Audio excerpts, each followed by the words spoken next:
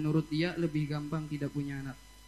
Influencer tersebut juga menjawab netizen yang tanya ke dia kalau tiba-tiba dikaruniai anak gimana.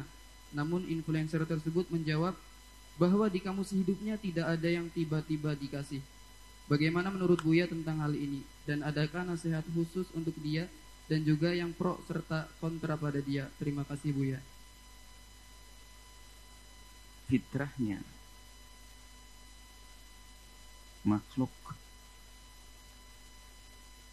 bernyawa, fitrahnya makhluk bernyawa adalah menghendaki atau menginginkan adanya keturunan. Fitrah salimah. Dia pun tidak pernah sekolah. Fitrahnya, biarpun dia adalah binatang.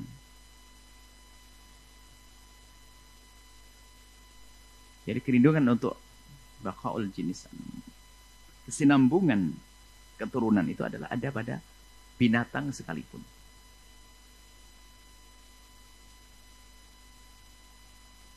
Binatang lihat. Dan binatang lebih santun dari manusia.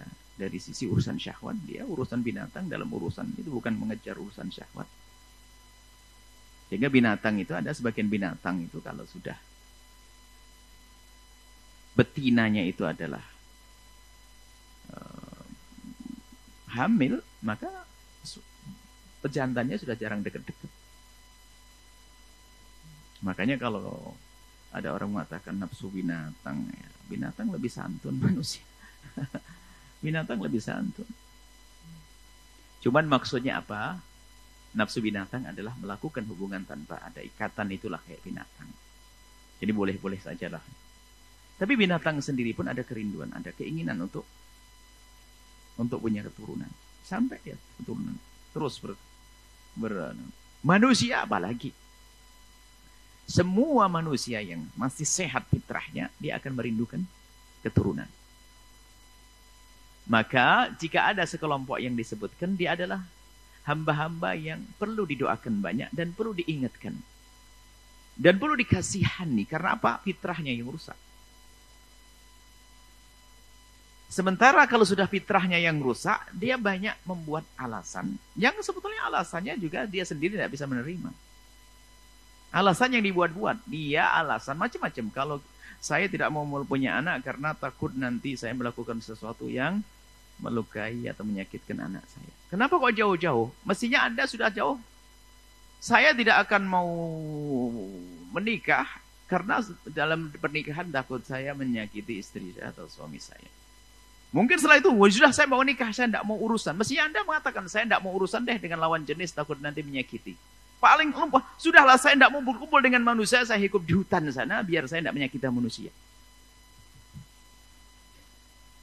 Lalu kok alasannya atau alasannya adalah alasan yang tidak boleh. Jadi kita tidak boleh menghindar dari manusia karena kita takut menyakiti manusia. Tapi hendaknya kita berurusan dengan manusia, berusaha untuk memberikan manfaat. Nah itulah baru jihad. Ya berusaha untuk tidak menyakiti. Jangan kita takut menyakiti. Karena yang akan menyakiti hanya orang yang tidak punya perasaan. Sehingga mungkin seorang yang kuat dalam keyakinannya. Apakah kamu takut menyakiti orang? Tidak. Kenapa? Saya tidak pernah ingin menyakiti seseorang. Begitu seharusnya. Saya tidak pernah ingin menyakiti. Lah kok kamu menyakiti? Pasti itu khilaf saya. Makanya orang itu istimewa. Kalau melakukan kesalahan tetap insaf. Tapi saya akan urusan dengan orang. Kenapa? Takut menyakiti orang? Tidak. Saya ingin bermanfaat orang. Apakah kamu takut menyakiti seseorang? Enggak pernah terlintas kalimat itu. Aku tidak pernah terlintas di benakku. Aku takut menyakiti seseorang. Kenapa? Karena aku tidak pernah ingin menyakiti seseorang. Berarti normal. Dia benar dia.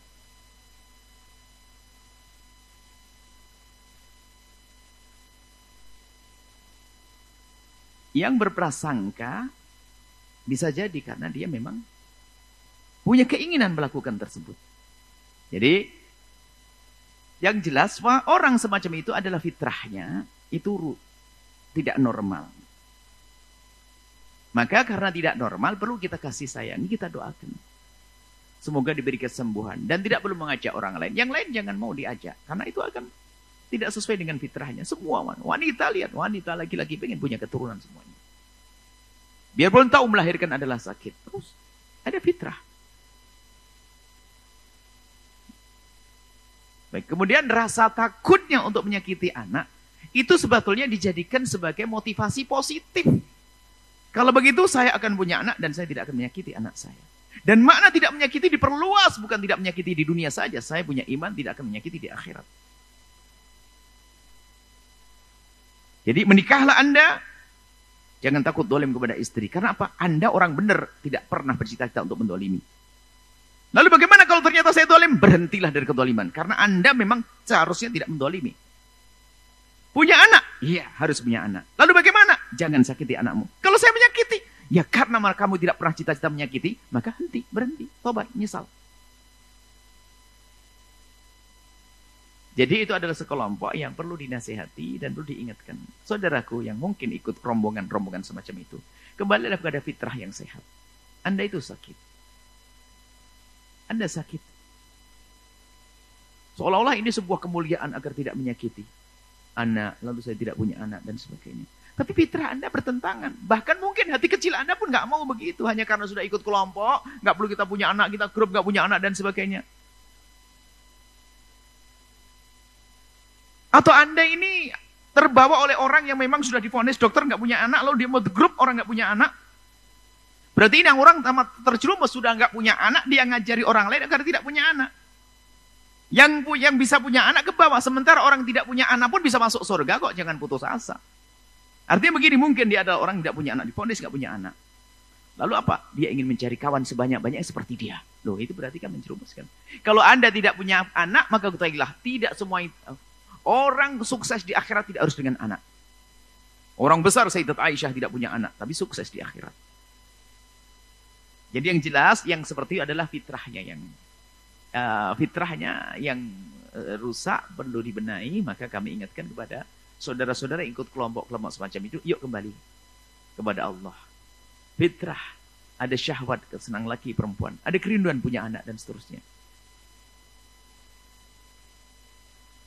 Maka harapan itu kan penting, Roja. Harapan kita bisa melihat anak nanti, anak berbakti, anak ini kan indah. Ini harapan, kembalilah normal. Jangan ikut-ikutan. Anda jangan suka ikut-ikutan yang demikian itu.